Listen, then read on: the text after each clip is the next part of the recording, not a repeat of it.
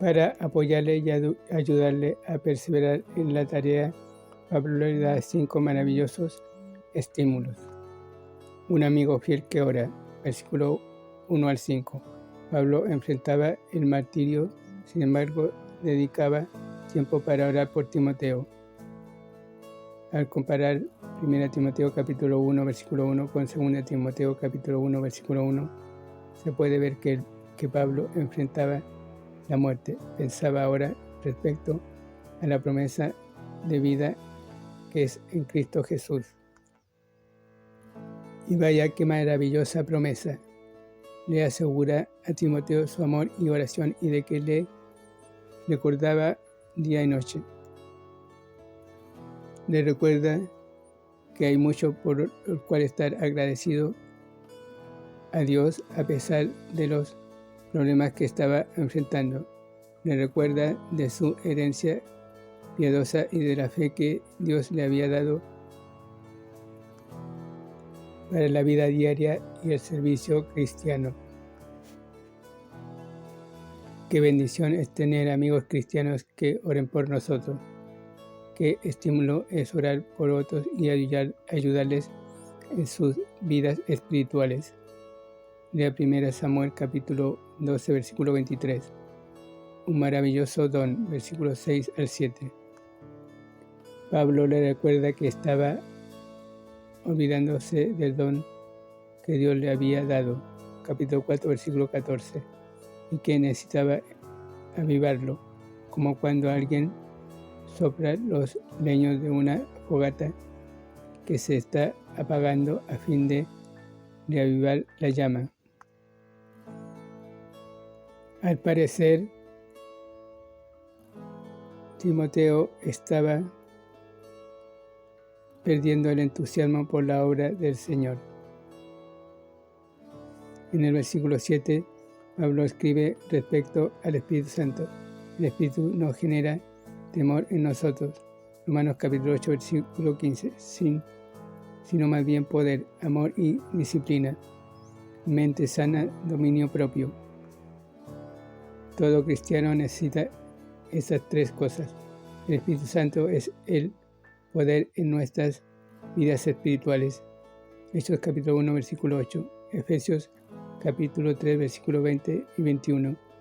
Pablo usa la palabra poder en todas sus cartas, excepto en la que escribió a Filemón. El Espíritu también nos da amor, porque el fruto del Espíritu es amor. Nuestro amor por Cristo, por la palabra, por otros creyentes y por los perdidos debe proceder del Espíritu. Romanos capítulo 5, versículo 5. El Espíritu también nos da disciplina y dominio propio. Como resultado no somos fácilmente arrastrados por nuestras emociones o circunstancias. La lucha es diaria.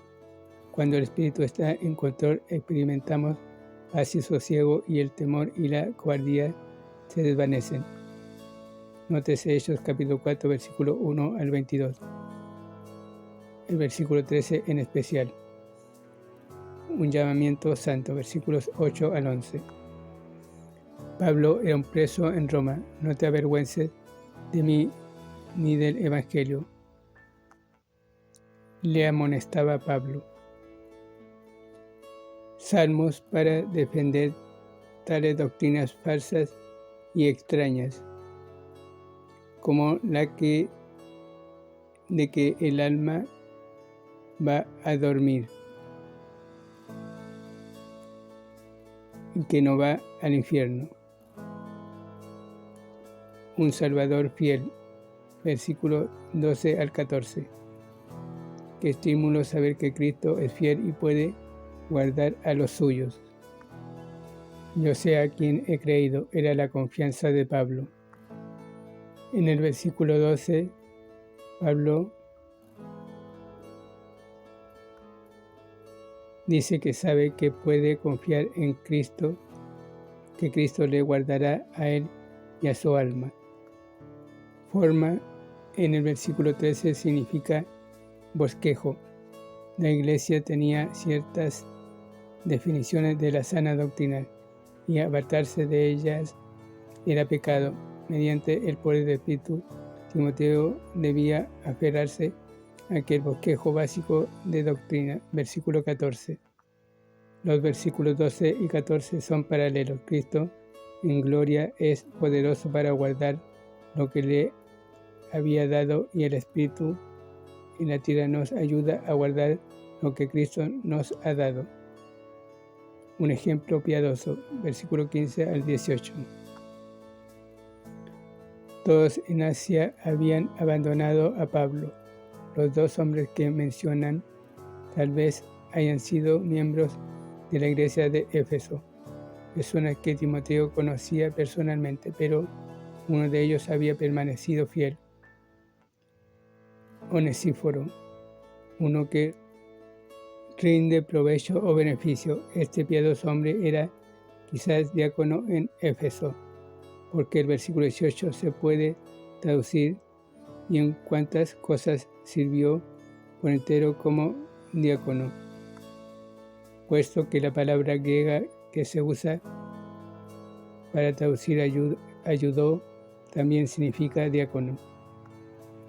Este hombre vino a Roma, buscó a Pablo y le sirvió sin temor ni vergüenza. No se avergonzó de mis cadenas. Versículo 16. Ejemplo para que Timoteo siguiera y para que todos nosotros observemos. Nótese que el versículo 17 dice que Onesíforo estuvo en Roma. Por lo visto ya no estaba allí y tal vez iba de regreso a Éfeso. A lo mejor llevó esta carta a Timoteo. No tenemos ninguna evidencia de que Onesíforo haya muerto, y sin duda Pablo nunca enseñó que los creyentes oráramos por los muertos. Comentario capítulo 2. Pablo le recordó a Timoteo su llamamiento pastoral. Ahora se refiere prácticamente a la iglesia local y las responsabilidades especiales del pastor. Pablo presenta varios cuadros de la iglesia local, mostrando los diversos ministerios que Dios tiene para su pueblo y su pastor. La iglesia es la familia de Dios. Versículo 1. Hijo mío, sugiere, por supuesto, que Timoteo había nacido en la familia de Dios por fe en Cristo. Pablo le había engendrado por medio del Evangelio. En Efesios capítulo 2, versículo 19, Pablo llama familia de Dios a la iglesia local. Dios quiere que la familia de Dios y la iglesia se reúnan para compañerismo, adoración y servicio. La única manera de entrar a esta familia es mediante el nacimiento espiritual por medio del Espíritu Santo y de la palabra. Creer en ella y aceptarla como la completa revelación de Dios. 1 Pedro capítulo 1, versículo 23. Tesoro de Dios. Versículo 2. Encarga significa deposita y se refiere al tesoro de la verdad del Evangelio que Pablo había encargado a Timoteo.